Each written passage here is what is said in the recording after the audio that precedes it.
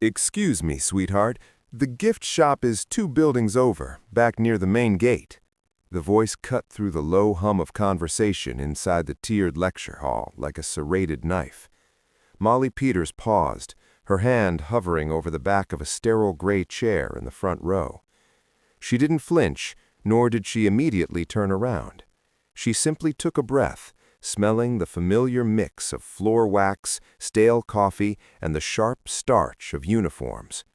She was wearing a royal blue blouse that contrasted sharply with the sea of olive and tan tactical gear filling the room. Her long blonde hair was loose, cascading over her shoulders, but it was her arms that had drawn the attention of the man speaking. Her sleeves were rolled up to the elbows, revealing dense, intricate inkwork that wrapped around her forearms, dark geometric lines interlaced with shadowing that vanished beneath the blue fabric. Molly turned slowly.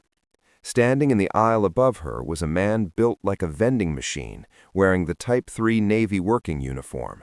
The insignia on his chest identified him as a chief petty officer, and the trident pinned to the Budweiser glinted dully under the fluorescent lights. He was chewing on a toothpick, his eyes scanning her up and down with a look that wasn't just dismissive, it was bored. "I am not looking for the gift shop, Chief," Molly said, her voice dropping into a register that was calm, flat, and devoid of the nervous energy civilians usually projected in this kind of environment.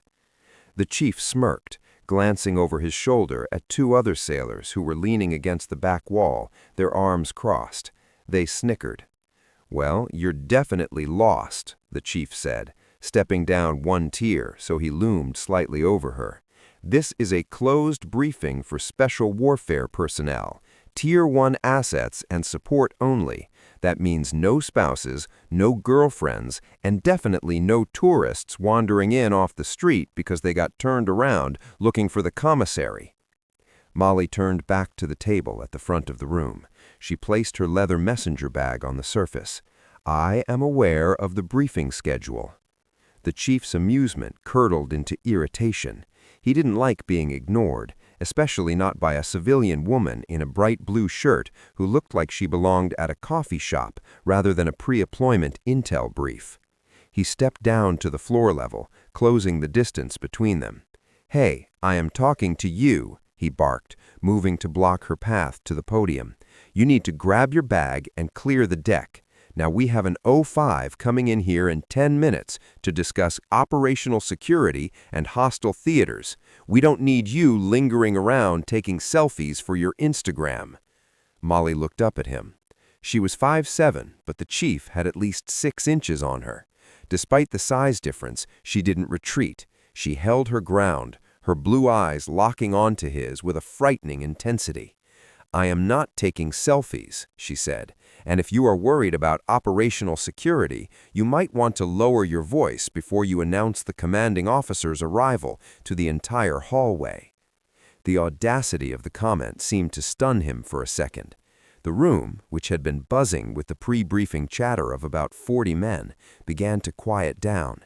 Eyes turned toward the front. It wasn't every day a civilian woman talked back to a SEAL chief on his own turf. The chief took the toothpick out of his mouth and pointed it at her. "Listen, lady, I don't know who you think you are or whose wife you might be, but that creates 0 leverage with me. This is my house. You are a guest and an uninvited one at that. And frankly, your appearance is a distraction." He gestured vaguely at her arms. "Why all the ink, ma'am?" he asked, the honorific dripping with sarcasm. "You trying to look tough? Because in this room, tough isn't something you paint on your skin at a strip mall parlor. It's earned. And looking at you, blonde hair, bright clothes, jewelry, I am guessing the hardest thing you have had to do is find a parking spot at the mall." Molly looked down at her left arm. The tattoo he was referencing was a complex topography map that wrapped around her owner, fading into a series of dates and coordinates near her wrist. To the uninitiated, it looked like abstract art. She felt a phantom sensation, a sudden spike of adrenaline and the smell of cordite. The memory of heat so intense it felt like it was melting the rubber soles of her boots. The ink wasn't paint, it was a scar disguised as art. It was the only way she could carry the geography of the Pet River Valley with her, without screaming every time she closed her eyes. She looked back up at the chief. "The ink is personal," she said quietly. "Yeah, well, it's unprofessional," the chief countered, crossing his arms. "And it screams, 'Pay attention to me.' We don't do that here. We value quiet professionals. So I'm going to ask you one last time nicely before I call security forces to have you escorted out for trespassing. Grab your bag, walk out those double doors, go find the gift shop, buy a t-shirt if you want to support the troops, but get out of my briefing room." The room was silent now. 40 pairs of eyes were fixed on the confrontation. Some looked amused, others indifferent. A few looked uncomfortable but unwilling to intervene. The hierarchy was clear. The chief ran the room until the commander arrived. Molly didn't move. She reached into her bag. "Don't reach for anything," the chief snapped, his hand instinctively twitching toward his belt, though he wasn't armed in the briefing room. It was a reflex born of combat, misapplied to a woman in a lecture hall. Molly froze, her hand halfway into the leather satchel. "I'm reaching for my credentials, Chief." "We don't need to see your dependent ID," he sneered. "It is not a dependent ID," she said, her voice hardening. The doors at the back of the lecture hall opened. The sudden influx of light and air broke the vacuum of tension for a split second. A lieutenant junior grade walked in carrying a stack of handouts. He stopped, sensing the atmosphere immediately. He looked from the chief, who was red-faced and aggressive, to the woman in the royal blue top standing motionless by the podium. The lieutenant's eyes widened. He squinted, looking at the woman, then at the tattoos on her arms. He had seen photos, grainy, classified photos from a joint task force debriefing 2 years ago. He looked at the chief, panic rising in his chest. "Chief Miller," the lieutenant called out, his voice cracking slightly. "Not now, sir," Miller said without turning around. "I'm handling a security breach." "Chief, that's not—" the lieutenant started, stepping forward. "I said I've got it," Miller barked, asserting his enlisted authority over the junior officer in a way that only senior chiefs could get away with. He turned back to Molly. "You are disrupting military operations. If you don't leave in 5 seconds, I'm physically removing you." Molly withdrew her hand from the bag slowly. She wasn't holding an ID card. She was holding a flash drive. "I need to load the slide deck," she said. "That's it," Miller grunted. He reached out, his heavy hand clamping onto her upper arm, his fingers digging into the blue fabric right over the topographic map. The contact was electric. Molly didn't pull away, but her body went rigid. The sensation of being grabbed brought a flash of a different memory. A hand grabbing her vest, dragging her behind a crumbling mud wall as rounds chewed up the dirt where she had been standing. The weight of a wounded man, the slickness of blood, the screaming. "Take your hand off me," Molly said. Her voice was no longer the voice of a civilian. It was the command voice of someone who had directed fire support over a radio while bullets snapped past her head. Miller blinked, surprised by the tone. It wasn't fear, it was a warning. "Or what?" Miller challenged, though his grip loosened slightly. "You gonna file a complaint with the Spouses Club?" The back door swung open again. This time, it wasn't a junior officer. The room snapped to attention before the first boot even hit the linoleum. "Attention on deck," someone shouted from the back. The shuffle of 40 men jumping to their feet was thunderous. Chairs scraped, boots stomped. Chief Miller, conditioned by 2 decades of service, released Molly's arm instantly and snapped to the position of attention, facing the front, his eyes locked on the wall. Molly stood still. She didn't snap to attention. She simply adjusted her sleeve where Miller had grabbed her, smoothing the royal blue fabric over the ink. Walking down the center aisle was Captain Harrison, the commanding officer of the SEAL team. Flanking him were the command master chief and a woman in a Navy dress uniform with the rank of commander. The entourage moved with a sense of purpose that sucked the oxygen out of the room. Captain Harrison didn't stop at the first row. He walked straight to the podium, his face grim. He looked at Chief Miller, who was standing rigid, sweating slightly. Then he looked at Molly. The silence stretched, agonizing and heavy. Captain Harrison stopped 3 feet from Molly. He looked at her. Then he looked at the screen, which was still blank. "I apologize for the delay, Captain," Molly said, her voice conversational. "I was having some trouble accessing the equipment." Harrison turned his head slowly to look at Chief Miller. "Chief, Why is the guest speaker's laptop not connected? Miller's eyes widened, staring straight ahead. Guest speaker, sir? The guest speaker, the subject matter expert. We flew in from D.C. specifically for this briefing. Miller swallowed hard. Sir, I assumed she was an unauthorized personnel. She didn't have a badge displayed, and Harrison prompted, his voice dropping an octave. She didn't fit the profile, sir.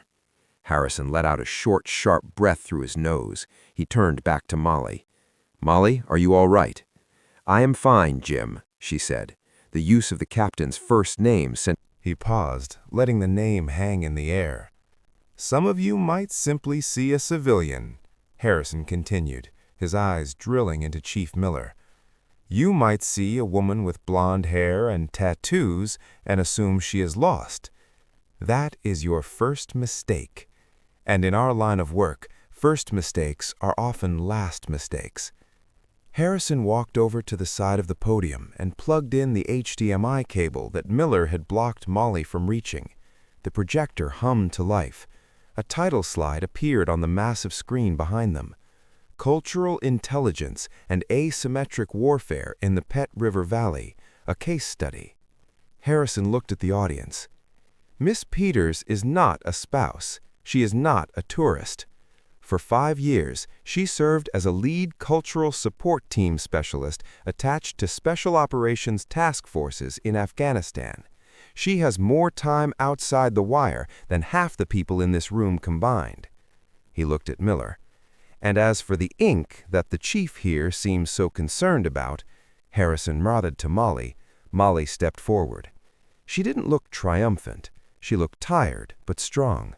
She rolled her sleeves up further past her elbows, revealing the full extent of the tattoos. She looked at Miller. You asked why all the ink, Chief. You said, tough isn't painted on at a strip mall. You're right. She raised her left arm, tracing the jagged dark line of the topographic map she had looked at earlier. This isn't decoration, she told the room, her voice projecting to the back row without a microphone. This is the Korengal. This specific line is the ridge where Viper Company took fire for 6 hours. I was attached to the ODA team supporting them. She pointed to a small black star inked near the wrist. This represents Master Sergeant Davis. He died while we were treating a local national family caught in the crossfire. I was the one holding pressure on his femoral artery while returning fire with his M4 because his team was suppressed. The room was dead silent. You could hear the hum of the projector fan. She held up her right arm. This sleeve is different. It's script interwoven with floral patterns that look pretty from a distance, but if you read Pashto, you know these are the names of the Afghan women who risked their lives to feed us intel on Taliban IED networks. 3 of them were executed because they were seen talking to me. I wear their names so I don't forget that the cost of my job wasn't just paid by Americans. She looked directly at Miller. I get tattooed after every deployment, she said, not to look tough, but because when I came home, I couldn't look at my own skin without seeing the blood of my friends on it. The ink covers the memories I can't wash off. It's a map of where I have been and a list of who I failed to bring home. She lowered her arms. So, Chief, to answer your question, I have the ink because I earned the right to decide how I carry my history. And I wear this royal blue shirt because for 3 years I wore 40 pounds of kit and sweated through camis just like you. And now I choose to wear whatever color I damn well please. Chief Miller looked like he wanted to vanish into the floor tiles. His face was a mask of shame. He opened his mouth to speak, but nothing came out. Captain Harrison stepped back in. Chief Miller, Harrison said coldly, you, sir, are relieved of this briefing. You will report to the Master Chief's office, and you will wait there until I am done here. Sir, Miller grabbed his cover. He had to walk past Molly to get to the door.